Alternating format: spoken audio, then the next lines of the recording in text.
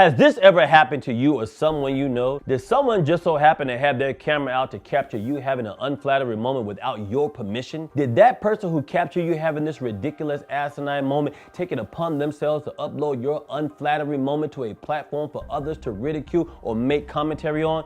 Was your blundering incident so preposterous that the video garnered so many views that you have now become a cultural icon of stupidity? Did you know there's a chance you're entitled to compensation for your celebrated calamity? Hi, I'm Sherman Lowe, viral reparations lawyer. That's right, I'm a viral reparations lawyer. If this situation I just described applies to you or anyone you know, do not sit at home one more minute being a penniless pushover watching your video receive 20 million more views than the highest watched show on any major network. You deserve to be compensated for your witless folly as much as the platform who's hosting your foolishness. You no longer have to be famous and flat broke. Let me and my growing legal team attempt to collect what's owed to you for being an idiot. Don't wait 1 minute mulling means thinking, whether or not you should contact me. Do it now. If you have ever been made a meme, a GIF, or had the unfortunate incident recorded and go viral, you should be on the phone calling me this exact moment. In fact, you should be interrupting me while I'm making this video encouraging you to call in. Don't waste another minute. Make the call and make this video go viral so I can help others like you who are famous and flat broke. Find out if you're entitled to viral reparations. I've been a victim of viral reparations misconduct for over 7 years. Claim your compensation for your clumsy celebrated casualty. Call now. Don't be a broke and the butt of the joke. Call Sherman Lowe.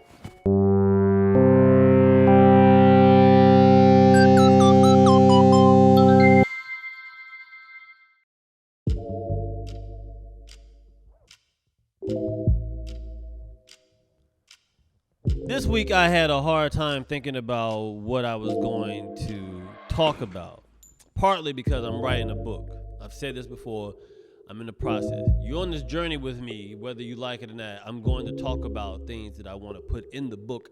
Whether it makes it or not, I don't know. I know I've talked about it previously, about catching up. I'm trying to catch up on, I have a notes app in my iPhone, and it has like 3,900 and something entries, sketches, ideas, jokes, thoughts, things I've seen, stuff I thought I wanted to write about, stuff I still want to write about. I go and read something like, oh shit, I never did that joke, whatever, like 3,000 of those, plus almost 4,000. Then I have the audio version, the memos. I got like 1,600 of those fucking memos. It's just thoughts, ideas, conversations that I've had with people. I'm going through all of the inventory and saying to myself, okay, am I going to talk about this? Am I still going to talk about that? Like, where am I going? You know, I got to have a plan.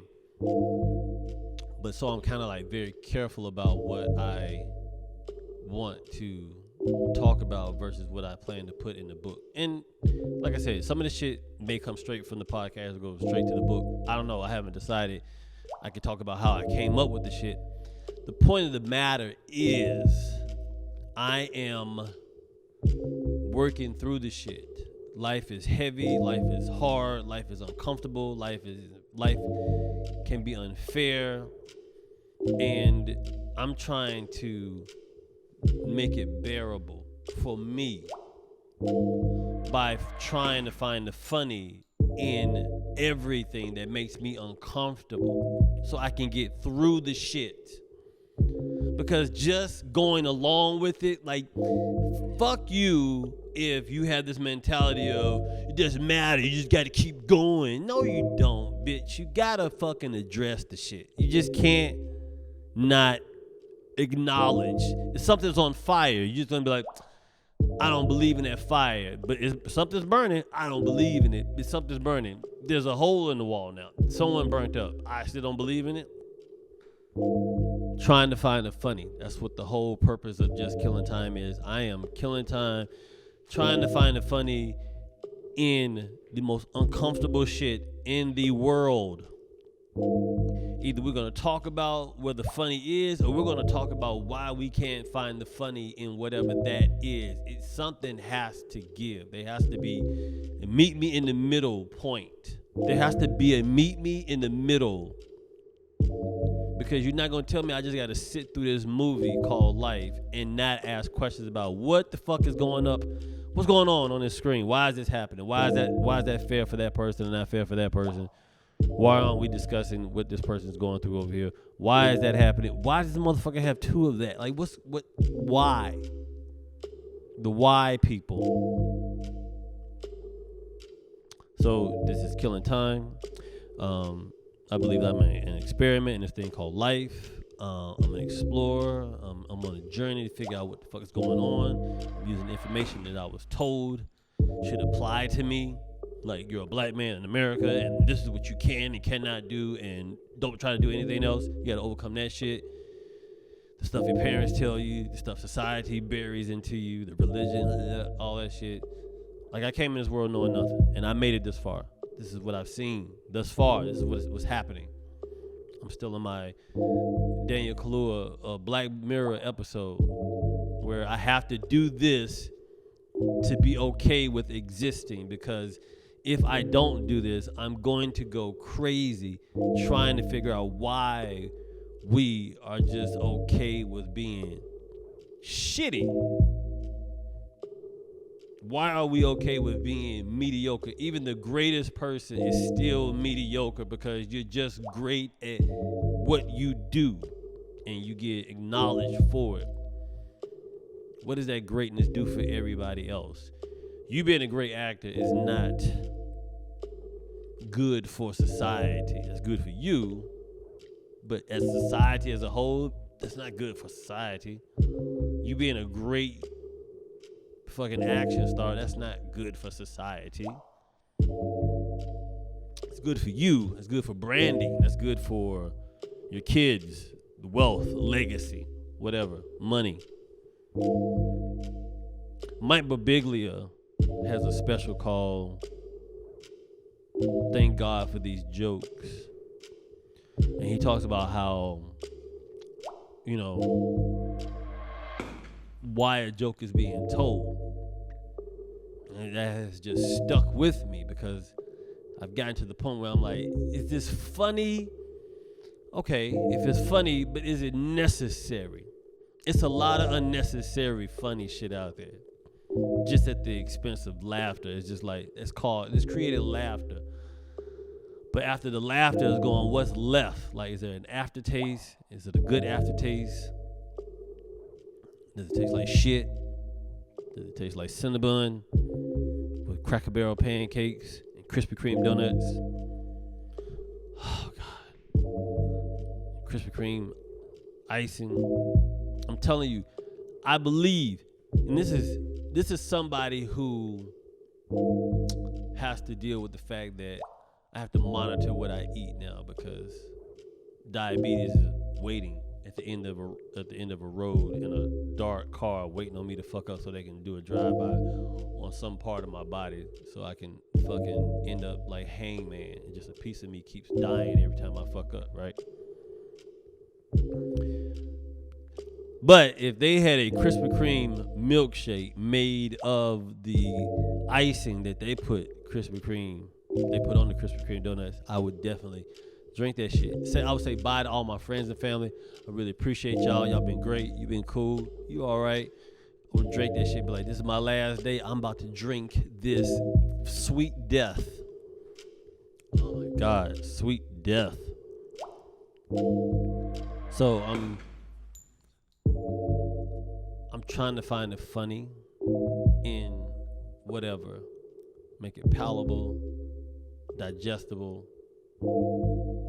Take the uncomfortable stuff and break it apart. So that's what the book will be. I'm doing this regardless. Like, look, man, you can't tell me you support me or you're in my corner, you work with me, and you have no desire to help me fulfill this vision that I have in my head. And if you can see the vision and you still don't understand it, like if you see it, but you don't see where you can make money off of it, I still have a problem with that. I have a buddy of mine right now going through a divorce, and he don't understand why it's happening. I do, but he doesn't. I could clearly see why he is going through this divorce. I knew, once again, knowing it's not going to work. You know when something's not going to work. You know your friends. You know your family members. You know when somebody has something that they're going to break. You can be like, God, he going to break that. Ooh, he going to damage that. He going to fuck that up. You know. You know. You just fucking know. You know. But you what do you say? This is not going to... Then it's like this thing of like this Romeo and Juliet thing where they're gonna like, we're gonna make it work. It's like you don't have to prove. You don't have to. That's not what you need to prove to me. You don't have to prove anything to me, but you don't have to prove that. Like, don't force that to work to make us look like we're wrong, and then you end up being even more miserable than what you would have been if you had to just let this shit fall apart.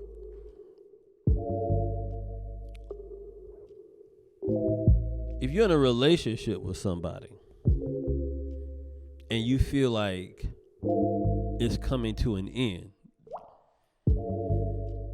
or you're still in it, right? Like you're still in it, but the person that you're in a relationship with is not in it. What do you do? How do you get through that? You have some people who just keep pouring in to a bucket with a hole, or you're pouring into a foam bucket, like it's soap in the shape of a bucket, and you're just pouring in it and it's just going out the bottom, like you don't even see it.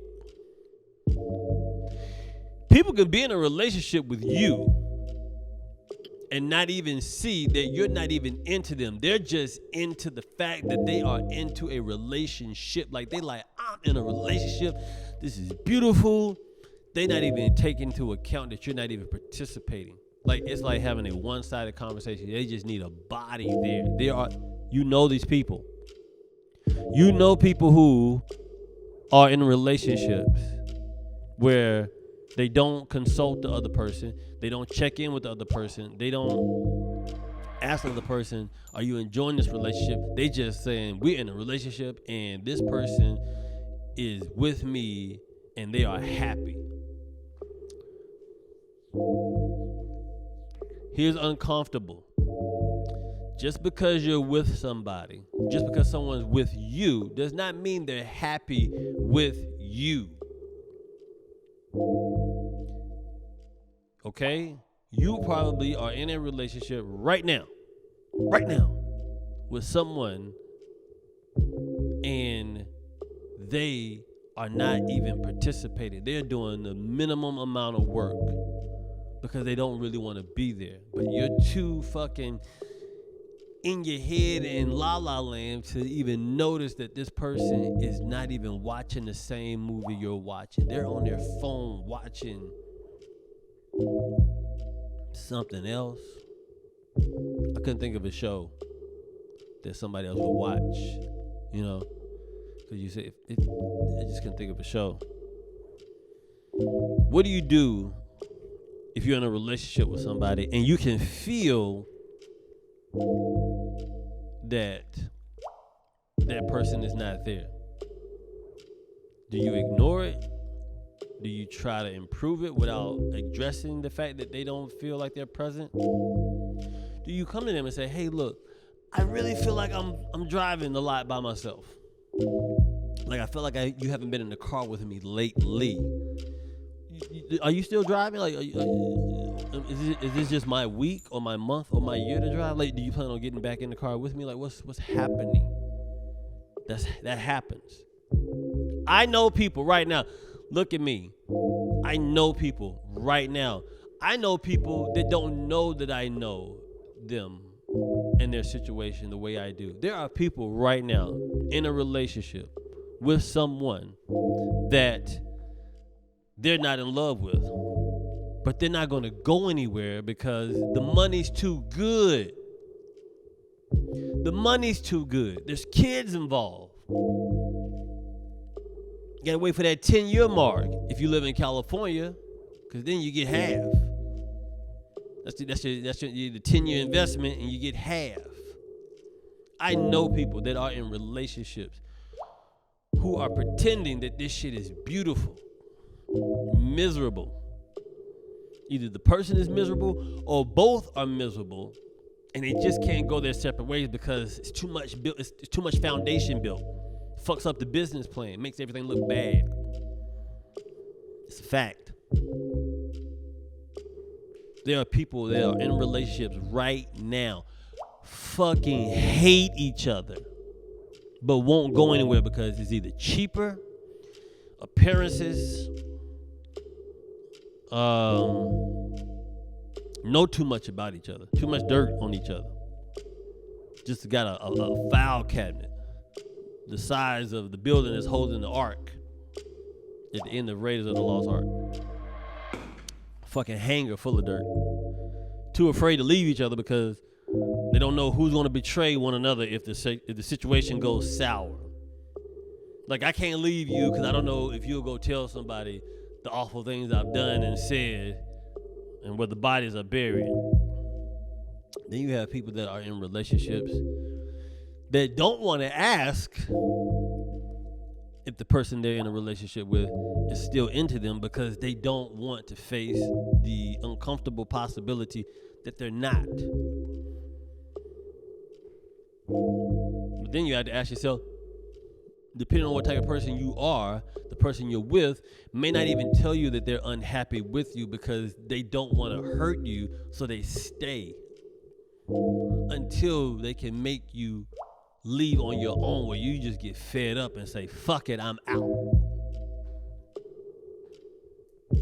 That's an angle. That's a possibility.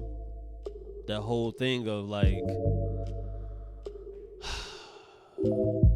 if I just don't try, they'll leave. People do that. Like I said before, I dated somebody, laid in the bed next to me, cried and told me that love wasn't enough, and ever since then I've been fucked up. Still trying to compartmentalize, pull those Christmas lights apart. Because if I'm doing everything right and love is at the foundation, what more is it? It may be passion. Maybe the person was not passionate. Maybe I was a trigger for that person. Maybe that person didn't know how to tell me I was a trigger. Maybe that person didn't know how to tell me that they wasn't passionate about me as I was about them. That happens all the time. All the time. I have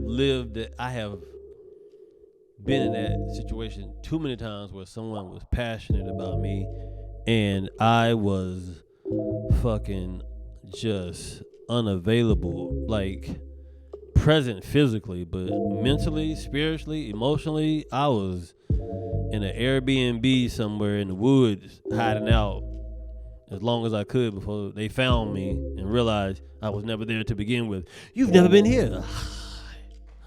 I would have got away with it too if it wasn't for you and your fucking nosy dog. And then Scooby-Doo was like, me? Yes, you bitch. Stop getting high with Shaggy.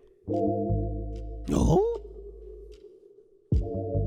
You been in that situation before? Have you? Ask yourself, have you been in a situation where you were in a relationship and you were too afraid to ask the person if they still wanted to be there?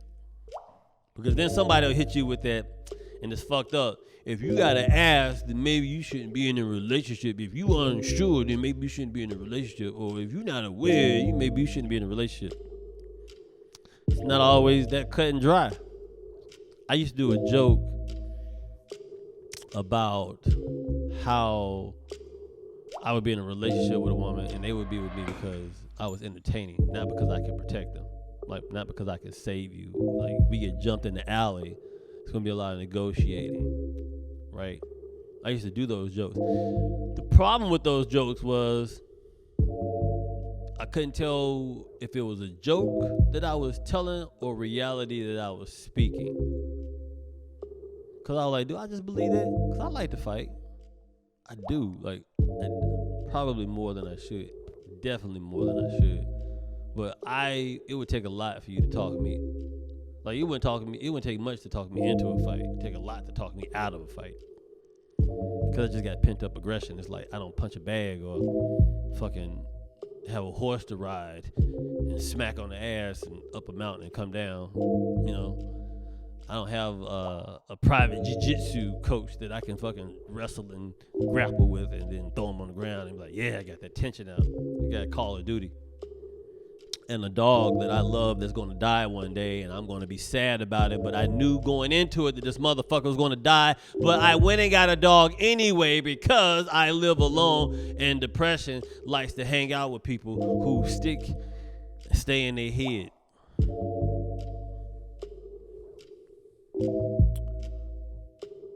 So yeah. Have you ever been in that situation where you've been in a relationship with somebody and you was unsure and you were like, man, I wonder if this person's still into me? And then you have to ask yourself, is someone not into you anymore because they don't do the things they used to do?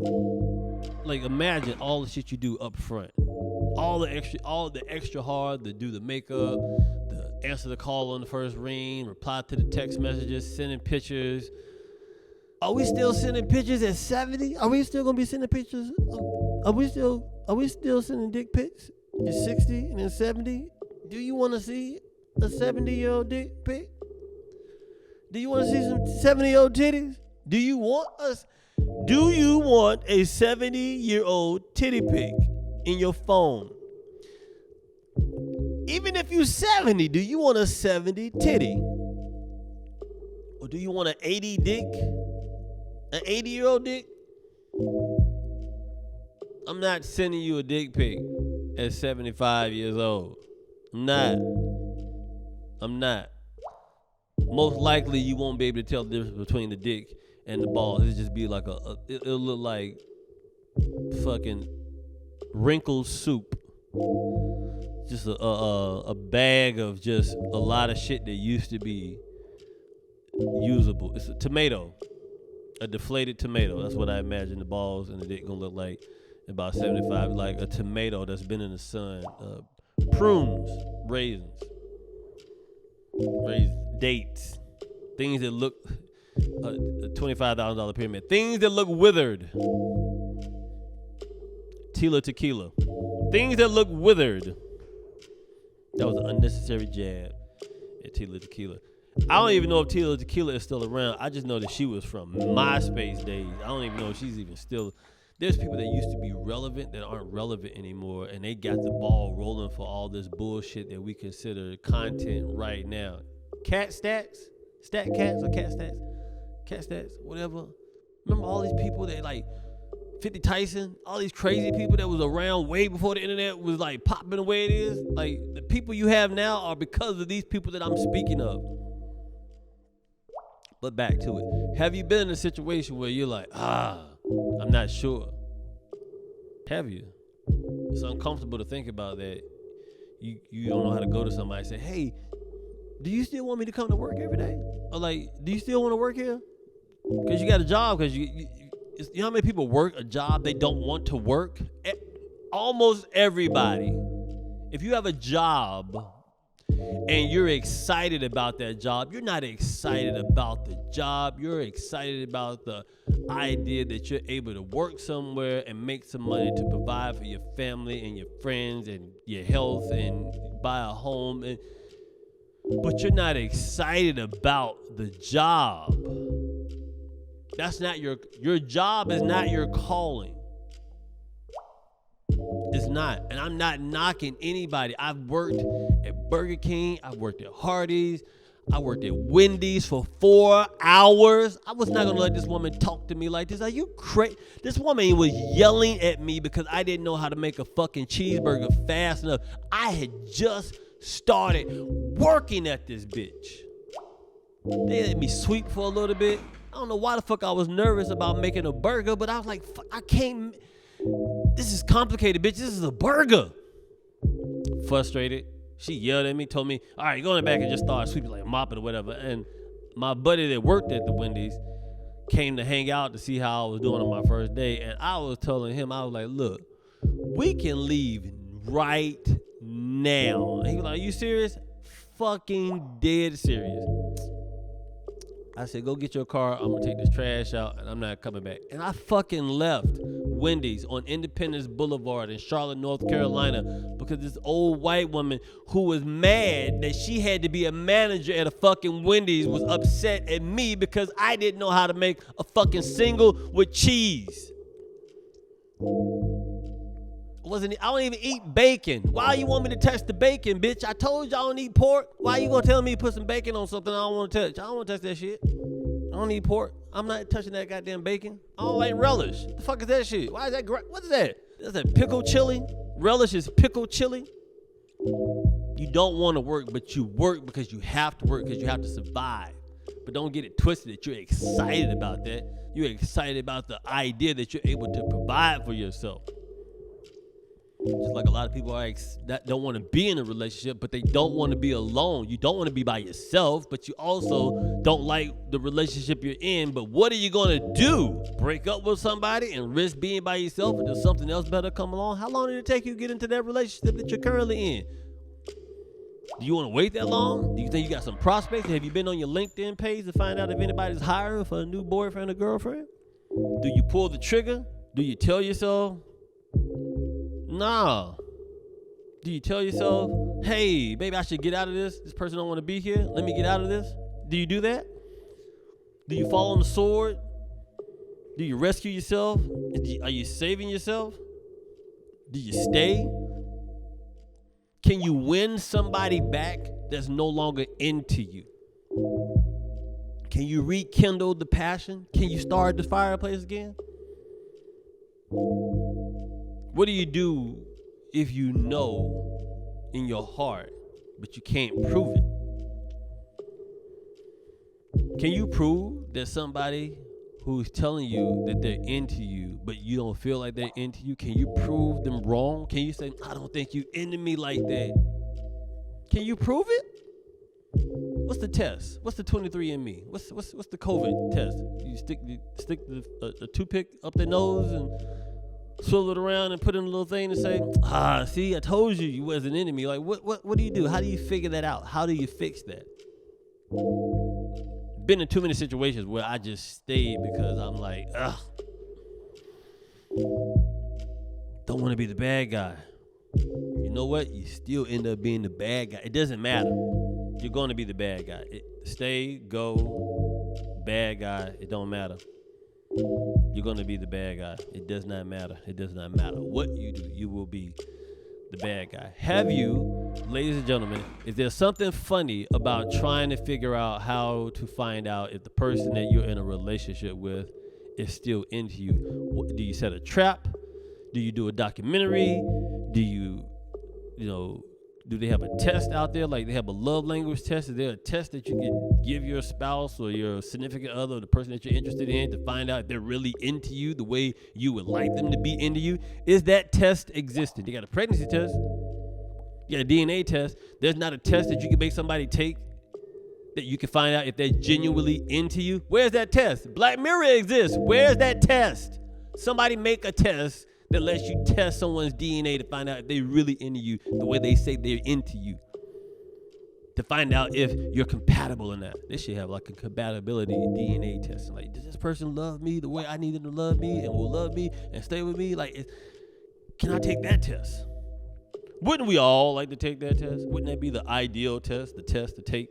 The test where you fucking give somebody like, here, you need to go pee on that or stick it up your ass, whatever. And then when the test comes back, it'll let me know if you're really into me or if you're just fucking faking it or you've lost the energy. Like, what's your levels? What's your interest levels in me? Like my sugar levels are higher than I want them to be, but I love food and I find comfort in food. And most of the food that I find comfort in is probably unhealthy because it's the most affordable shit. And I gotta eat better, so that means I gotta work more so I can eat better, so I can live longer, so I can be longer miserable. I can be miserable longer than I am already. It's a wicked Christmas lights. It's art, folks. It's art. I'm gonna get out of here because I think I did it. If you have a question, please hit me up at jktpodcast@gmail.com. If you have been in a situation where you were with somebody and you knew they were not into you anymore, but you couldn't prove it, but you knew it, what did you do? How did you figure it out? Did you laugh at it? What's funny about it? What's funny about somebody pretending they're still into you when they're really not? Is there anything funny about that? Or is it just painful? Anyway, this is art. It's an art museum. You know how you keep an art museum open? People donate to it. You already know what time it is. I'll see you next week.